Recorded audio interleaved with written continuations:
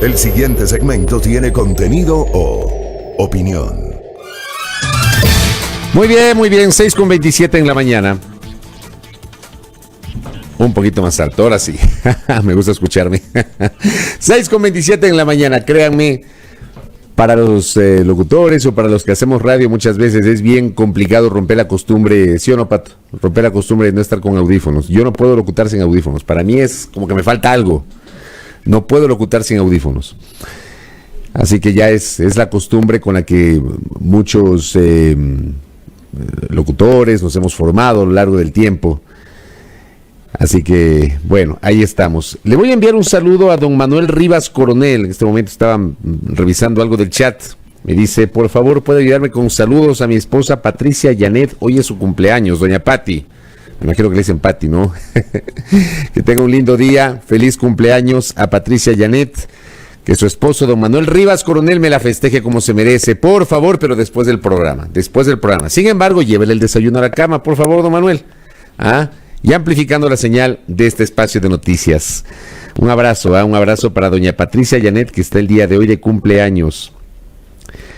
Y saludamos a todos que están conectados ya con nosotros a través justamente de nuestras plataformas digitales. Estamos transmitiendo tanto en Facebook Live cuanto en nuestro canal de YouTube, desde diversos puntos de nuestra geografía, e igualmente a nuestra querida audiencia, a nuestros migrantes que hacen patria, como siempre digo, fuera de su patria, que están en el exterior. Enlazados con este espacio de noticias. Les quiero recordar la agenda para los que llegaron tarde, ¿no? Hoy tenemos una agenda interesantísima. Hablaremos con Guillaume Long. Será nuestra primera entrevista. Y le hemos invitado porque el doctor Long fue el presidente de lo que en ese tiempo se denominaba Consejo de Evaluación, Acreditación y Aseguramiento, así se llamaba, Consejo de Evaluación, Acreditación y Aseguramiento de la Calidad de la Educación Superior, CEACES.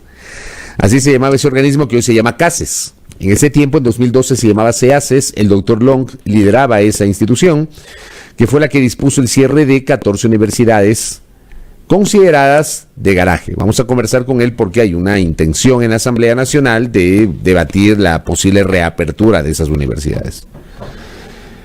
Veamos qué nos dice el colega Marlon Puertas, director del portal La Historia, para hablar del tema de Bella Jiménez, que ayer apareció por primera vez desde que estalló el pasado fin de semana el escándalo de supuestos actos de corrupción.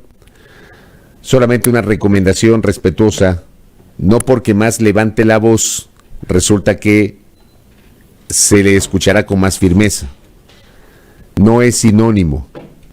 No es sinónimo. El levantar la voz, el gritar más, no significa que su discurso es más firme. Eso es para todos. Y los que saben y manejan mejor que quien les habla los temas de comunicación estratégica saben. Firmeza sin llegar al autoritarismo. Firmeza sin llegar al autoritarismo. Máxima de la comunicación estratégica. Así que no por levantar la voz o por gritar se puede sonar más firme. Carlos Páez, el exconcejal de Quito, vamos a hablar sobre el anunciado aumento de las tarifas del transporte municipal de 25 a 35 centavos de dólar. Es inminente esto, pero claro, llega en un momento muy complejo. Y además va de la mano con algunas decisiones que se han adoptado en el ámbito de la transportación de la capital que han generado polémica en el Consejo Metropolitano. Vamos a hablar con el exconcejal Carlos Páez buscando una visión externa. Y dialogaremos con José Ruales. Esa entrevista, póngale ojo a esa entrevista, el viceministro de Gobernanza y Vigilancia de la Salud. Hablaremos sobre la redefinición del plan de vacunación y algunos otros elementos vinculados al sector salud. Así que cordialmente invitados para que ustedes tengan la gentileza de acompañarnos en este espacio de noticias a lo largo justamente de esta jornada. Bueno, a ver, yo tenía pendiente el tema de las universidades. Les había dicho, hay que hacer un ejercicio de memoria y yo les invito a hacerlo. Sobre todo tal vez a los más jóvenes o aquellos que no recuerdan, esta herramienta de la internet es espectacular porque nos permite acercarnos para con mayor facilidad hacer estos ejercicios de memoria histórica, porque solamente si recordamos o si sabemos lo que ocurrió en el pasado, podemos cuestionar lo que pasa en el presente y podemos impedir o avalar las cosas que se pretenden hacer para el futuro. Y vamos a los hechos. Vamos a remontarnos al 12 de abril del año 2012, cuando el diario El Universo publicaba justamente la suspensión de 14 universidades de categoría E. Recuerden ustedes que para esas fechas hubo una suerte de clasificación de las universidades. Las universidades A, que eran las que estaban en el top, las universidades B, las C, las D y las E. Si la memoria no me es infiel, había como 26 universidades que en un primer ejercicio del CEACES fueron ubicadas en la categoría E. Fue muy cuestionado, creo que también es discutible, ¿no? El conversar, el tal vez incluso discrepar si era conveniente o no categorizar a las universidades, porque ya el ubicarlas en determinada categoría implicaba un sesgo sobre esas universidades. Podemos discutir aquello. Pero sobre ese estudio hay un grupo de universidades, hubo un grupo de universidades catalogadas en la categoría E, 26, sobre las cuales el Estado ecuatoriano impuso una serie de lineamientos para el cumplimiento de requisitos y que se puedan mantener en el tiempo. Y llegamos a abril del 2012, cuando de esas 26 de categoría E, 14 fueron cerradas por su baja calidad académica. ¿Qué decía la nota de Diario El Universo hace 9 años? El 12 de abril del 2012.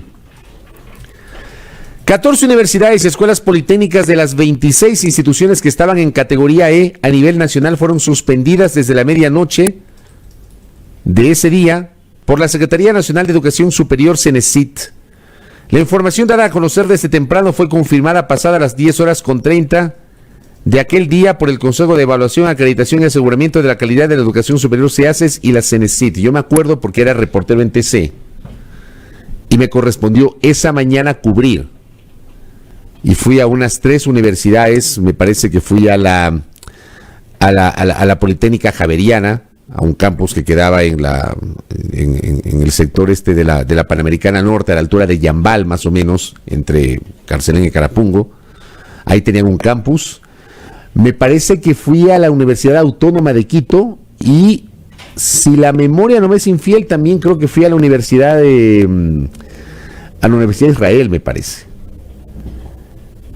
haciendo la cobertura periodística de esa decisión de las autoridades. El CEACES en rueda de prensa indicó que tras la evaluación de las 26 universidades, estas fueron divididas en 3 grupos: las aceptables, las de rendimiento parcial y las que no cumplieron con los parámetros de calidad de la evaluación. A las universidades de este último grupo, las autoridades procedieron a suspenderlas desde la medianoche de ese miércoles, colocando sellos de clausura. Y vamos, ¿cuáles eran? Escuela Superior Politécnica Ecológica Amazónica, Escuela Politécnica Javeriana, Universidad Autónoma de Quito, Universidad Cristiana Latinoamericana, Universidad Intercontinental, Universidad Alfredo Pérez Guerrero, Universidad Panamericana en Cuenca, Universidad Interamericana del Ecuador, Universidad Ojmandino de Quito, Universidad Tecnológica San Antonio de Machala, Universidad Tecnológica América, esa creo que era la UNITAS, Universitas Ecuatorialis, Escuela Superior Tecnológica, Escuela Superior Politécnica Ecológica, profesor Servio Tulio Montero Ludeña, Universidad Técnica Particular de Ciencias Ambientales José Peralta. Esas fueron las 14 universidades cerradas. Luego aparecía la lista de las universidades aceptables: la Politécnica Estatal de Carchi, la Tecnológica Empresarial de Guayaquil, la Universidad de Especialidades Turísticas, y las de cumplimiento parcial: Tecnológica Indoamérica, Particular San Gregorio de Puerto Viejo, Universidad del Pacífico, Universidad Metropolitana, Universidad Estatal Península de Santa Elena, Universidad Iberoamericana del Ecuador, Universidad Tecnológica Israel y Universidad de Otavalo. Voy a hacer una rectificación. No había estado en la Universidad de Israel cuando en 2012 hice la cobertura, porque la Israel no fue cerrada ese año, sino en la Universidad Cristiana Latinoamericana. Tenían su sede acá en la 10 de agosto, la avenida 10 de agosto, a la altura del Florón, más o menos. Allí tenían su sede. E hice la cobertura periodística, por eso más o menos tengo en el radar lo que había ocurrido justamente en aquel tiempo. Esas universidades, claro, y algunas personas dirán, pero ¿por qué nos habla de esto? Bueno, porque hay un proyecto en la Asamblea Nacional que pretende que estas 14 universidades recuperen su vida jurídica. Y a mí me parece que tanto quienes proponen esta iniciativa, cuanto aquellos que se van a sumar al debate en la Asamblea Nacional, si es que prospera este proyecto de ley, tienen que tomar en cuenta lo que ocurrió en el 2012 y por eso la importancia, como yo les decía, de establecer un ejercicio de memoria. ¿Por qué fueron cerradas esas universidades? ¿Cuáles fueron las razones por las cuales el Estado ecuatoriano decidió no permitirles que sigan más en el tiempo? Yo les decía el día martes que algo comenté, que les dije iba a hablar de este tema.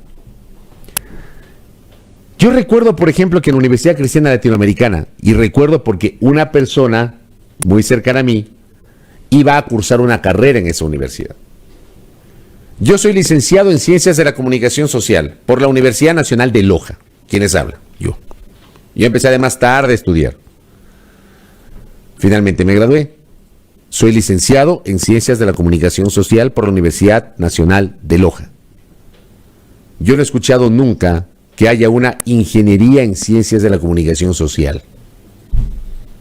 No sé qué tiene que ver la ingeniería con la comunicación social, pero resulta que en esa universidad otorgaban el título de ingeniero en Ciencias de la Comunicación Social. Yo les apelo a la memoria y no sé si algunos recuerdan lo que estoy diciendo. Ofertaban ese tipo de carreras. Igual ingenierías como en gastronomía y no sé qué otras carreras que no tienen nada que ver con ingeniería. Más adelante va a estar aquí en este espacio Carlos Páez, que es ingeniero. Es ingeniero de la Politécnica Nacional. Su esposa Jimena Ponce, ingeniera de la Politécnica Nacional. En la Politécnica, por su propia naturaleza, ahí salen los ingenieros, pues. Los ingenieros en sistemas, los ingenieros civiles, los ingenieros mecánicos. ¿Qué tiene que ver la comunicación social con ingeniería? ¿Sí o no? Pregunto. Pero otorgaban ese título. Uno es licenciado nomás.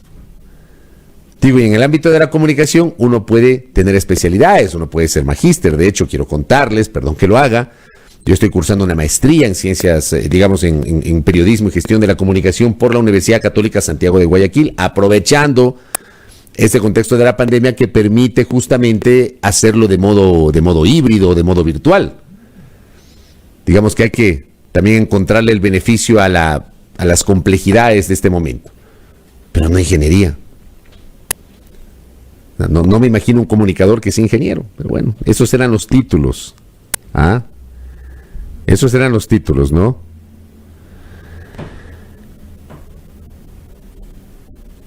Aquí, por ejemplo, gracias, Cris, me dicen... Algunos de los iluminados que decidieron cerrar estas universidades se les ocurriría hacer seguimiento de los estudiantes que salieron de las universidades, eso también es bueno.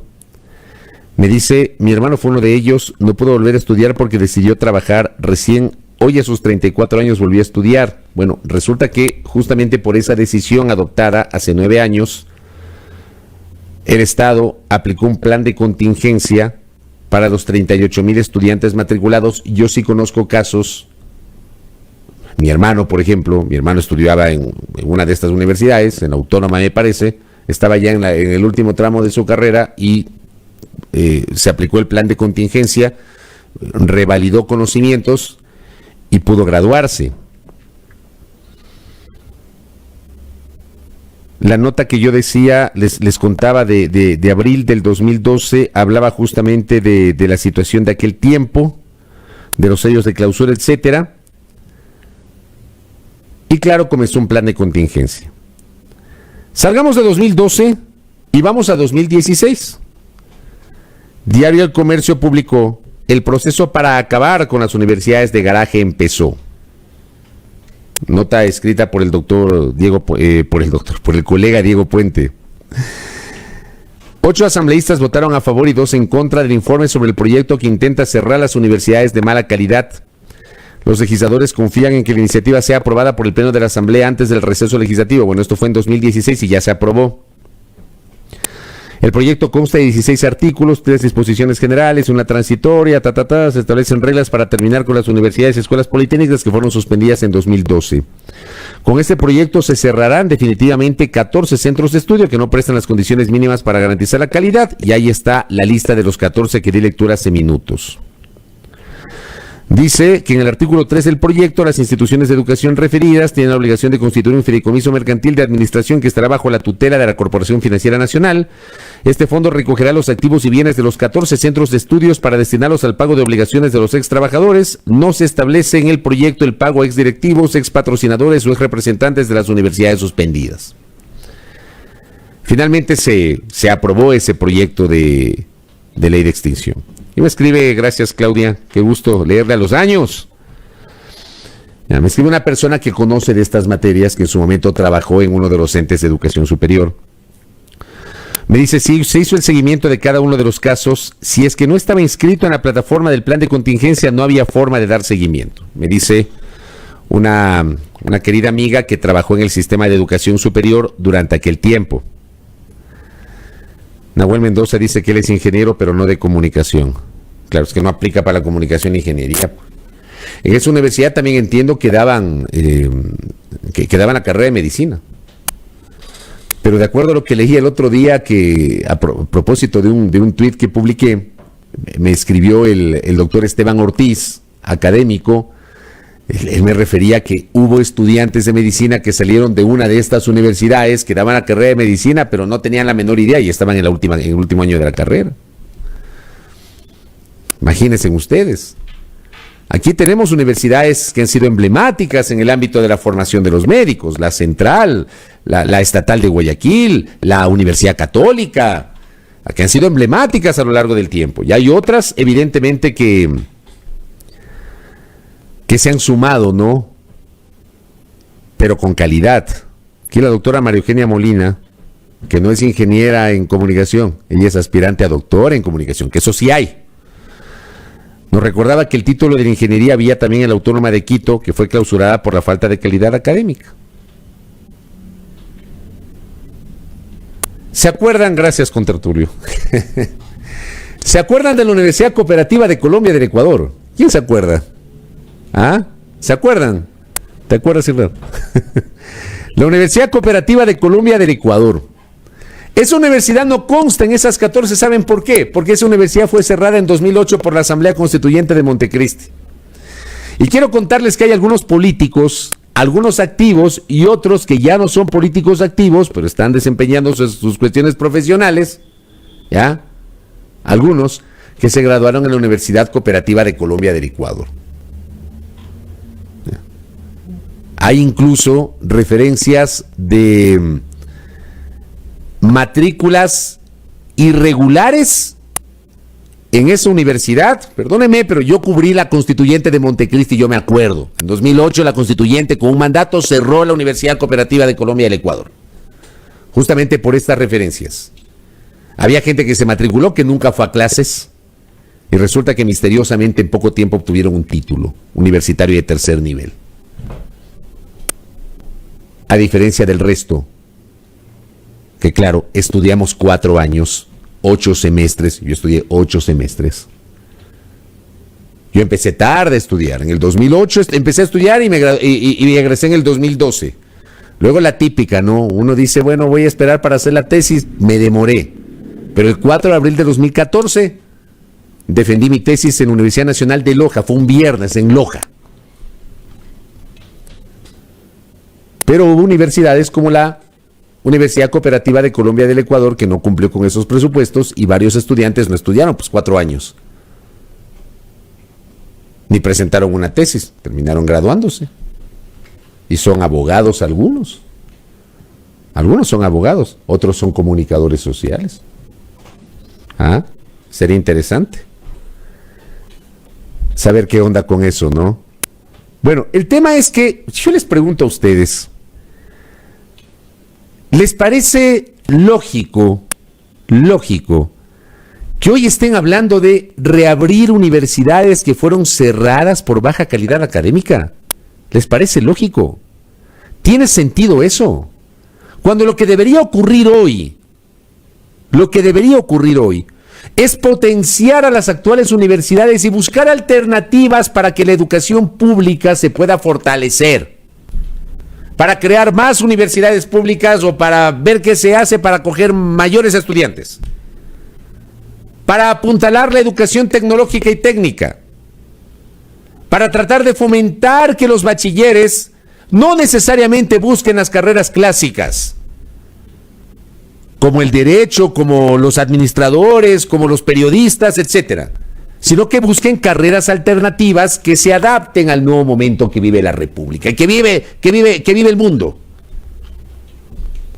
Otro tipo de carreras técnicas, carreras tecnológicas, en un mundo que ha avanzado con mucha rapidez. Con mucha rapidez. O sea, me parece que por ahí debería ir el debate. Los legisladores deberían presentar proyectos de ley en ese sentido, o fomentar desde sus respectivos espacios una discusión sobre la situación de la educación superior. Porque partamos de un hecho. ¿Por qué en este momento se habla mucho de los temas de educación superior? Porque esa fue una de las apuestas del gobierno del presidente Lasso. Y el presidente Lasso hasta este momento ha estado distante de lo que él mismo propuso en la campaña política. Cuando el presidente Lasso era candidato había propuesto, y esto lo hizo desde el 2017 si la memoria no me es infiel, había propuesto y había anunciado que, llegado al gobierno, va a cerrar la CENESIT, la Secretaría Nacional de Educación Superior, Ciencia, Tecnología e Innovación.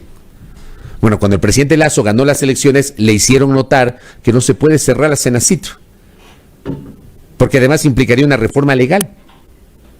Entonces no cerró CENESIT el presidente Lasso. Nombró al ingeniero Alejandro Rivadeneira como secretario nacional de Educación Superior, un académico. Después, vamos a eliminar la prueba de admisión, porque sobre el tema de la prueba aquí se ha generado una falacia increíble. Ya, tratando de poner en el imaginario de la gente, sobre todo de los más jóvenes, que antes había libre ingreso. Falso. Aquí nunca ha habido libre ingreso. Porque en el pasado había el propedéutico, el preuniversitario. ¿Se acuerdan? ¿Se acuerdan las enormes filas que se hacían en los pasillos de las facultades? Sobre todo de las más demandadas, como filosofía, como derecho o como comunicación en la Universidad Central. Gente que dormía 2 o 3 noches en los exteriores de esas facultades para tratar de obtener un cupo y poder ingresar al preuniversitario. Se han puesto a analizar cuál es el índice de deserción en las universidades. Todo eso tiene que ser debatido. No pretender la reapertura de universidades que fueron cerradas por baja calidad académica. El debate no va por ahí. El debate no debe ser epidérmico, superficial. El debate tiene que ir a lo de fondo.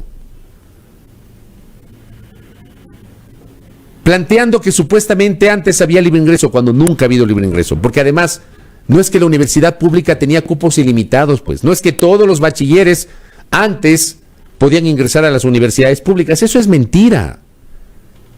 Siempre ha habido cupos limitados y por eso la gente iba a la universidad a madrugar o a pernoctar para poder obtener ese cupo. Entonces habló de la eliminación de la prueba. Resulta que no terminaron eliminando la prueba. Lo que terminaron es cambiando la prueba, porque el propio secretario de Educación Superior dijo en una declaración posterior que era demagógico hablar de la eliminación de una prueba.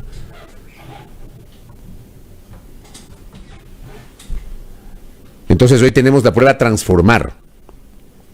Entiendo que el día de hoy los estudiantes o los aspirantes a ingresar a la universidad pública tienen que rendir esta prueba Transformar, que ha provocado... No había libre ingreso, don Cristian. No había libre ingreso, perdóneme. Libre ingreso es que usted vaya e ingrese directamente, no que permanezca 3 noches allí hasta que le den un cupo, con el riesgo de que se quede sin cupo. Pues perdóneme, si no había cupo no hay libre ingreso. No, están errados en eso, con todo cariño. Están errados. No había libre ingreso. Libre ingreso es que yo vaya el rato que yo quiero e ingrese. Eso no existía en la universidad pública. Usted tenía que pelear por un cupo y los cupos eran limitados, no eran cupos ilimitados en la universidad pública. No los eran. No los eran. O sea, tengamos un poquito de memoria, querida audiencia. Siempre yo planteo eso. Tengamos memoria sobre las cosas que pasaron, porque eso nos permite hacer un juicio crítico de lo que ocurre en este momento y de lo que se pretende hacer. El debate de la calidad de la educación superior no pasa por propuestas demagógicas, pasa por ir a los temas de fondo. ¿Cómo potenciamos, cómo permitimos, cómo estimulamos el ingreso de los bachilleres que no pueden pagar una universidad privada? Porque hay gente que además dice cualquier cosa. ¿Ya? Aquí es la típica, ¿no? El que tiene plata hace con su plata lo que quiere. Ya, como tienen plata, ponen a los hijos en universidades particulares. Ya dicen, si no tienes para una universidad particular, anda a la universidad pública, como que fuera tan sencillo. Y allí el debate respecto de la naturaleza de las becas que otorgaban o que otorgan las universidades privadas o las cofinanciadas a estudiantes de escasos recursos económicos. Gente que quiere estudiar una carrera que tal vez no hay en la universidad pública, o gente que no alcanzó un cupo en la universidad pública pero que tiene muy buenas notas. O sea, todo eso tiene que ser materia de un debate, no puede ser epidérmico, no puede ser superficial. Solamente porque me cae mal, porque lo otro es populismo, porque lo otro es comunistoide. Ayer Carlos Oporto, en su cuenta Twitter, hizo un ejercicio interesantísimo, para los que siempre tienen esta odiosa comparación, ¿ya? Los que comparan Ecuador con Estados Unidos, siempre hacen esto. ¿Ya? Ayer Carlos Oporto les dio en la boca, perdón que lo diga de esta manera, les dio en la boca, porque en Estados Unidos publicaba Carlos Oporto, hay un grupo de universidades, de las más emblemáticas a nivel planetario, que reciben fondos del Estado para investigación y para becas, pues. ¿Ah? Está el MIT, Stanford, Johns Hopkins University, la Universidad de Pensilvania, Caltech, en California, Columbia University, Yale, Harvard, Princeton, New York University, Carnegie Mellon University, Brown University, Duke University, Rice University, University of Chicago, Columbia University. Hay muchas más, dice Carlos, pero están dentro de las 100 mejores universidades del mundo. Harvard, Yale, Stanford, Caltech reciben recursos del Estado para becas.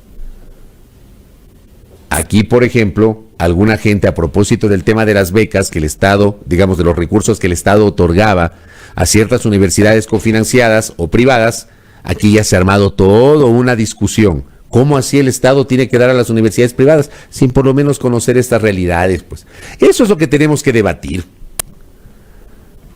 O sea, ya nuestros políticos y algunos pseudolíderes de opinión, invitarles a elevar el nivel del debate. No se queden en la periferia, vamos a lo de fondo. Vamos a lo de fondo. ¿Cuál es el norte de la educación superior en este país? ¿Hacia dónde va la educación superior de este país? Eso es lo que tenemos que debatir. ¿Qué clase de educación superior queremos? ¿Cómo viabilizamos que los bachilleres que necesitan ir a la universidad pública tengan acceso a una universidad pública que no tiene tanto espacio para acoger a todo el mundo? Acuérdense que el gobierno anterior, el gobierno de Moreno, dentro de sus anuncios, porque era el gobierno de los anuncios el del señor Moreno, había señalado que iban a construir 40 y pico institutos técnicos y tecnológicos. Vayan a averiguar cuántos construyeron. Ni uno. La cosa va por allí. Hay que ofrecer mayores alternativas a los bachilleres, a quienes se están formando en el colegio, que deben acceder a una mejor orientación vocacional para dejar de lado la posibilidad de aspirar a las carreras tradicionales y buscar otros nichos estudiantiles.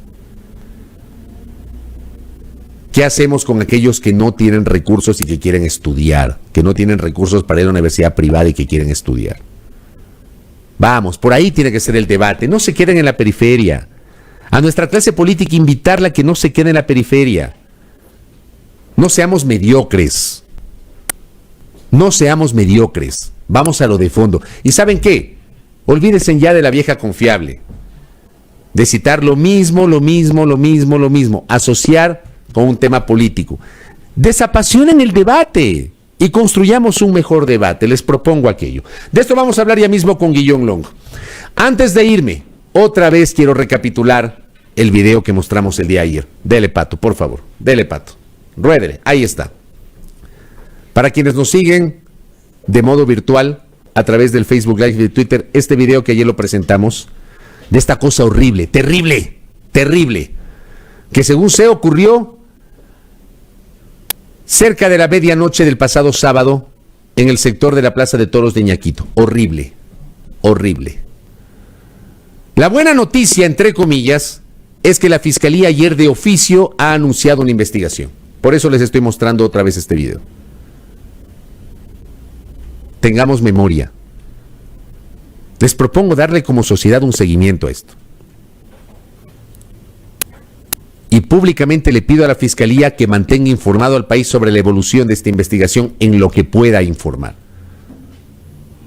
No nos olvidemos de esta desgracia, de esta tragedia que acabamos de ver, que es terrible. Yo cada vez que veo ese video me espeluzno.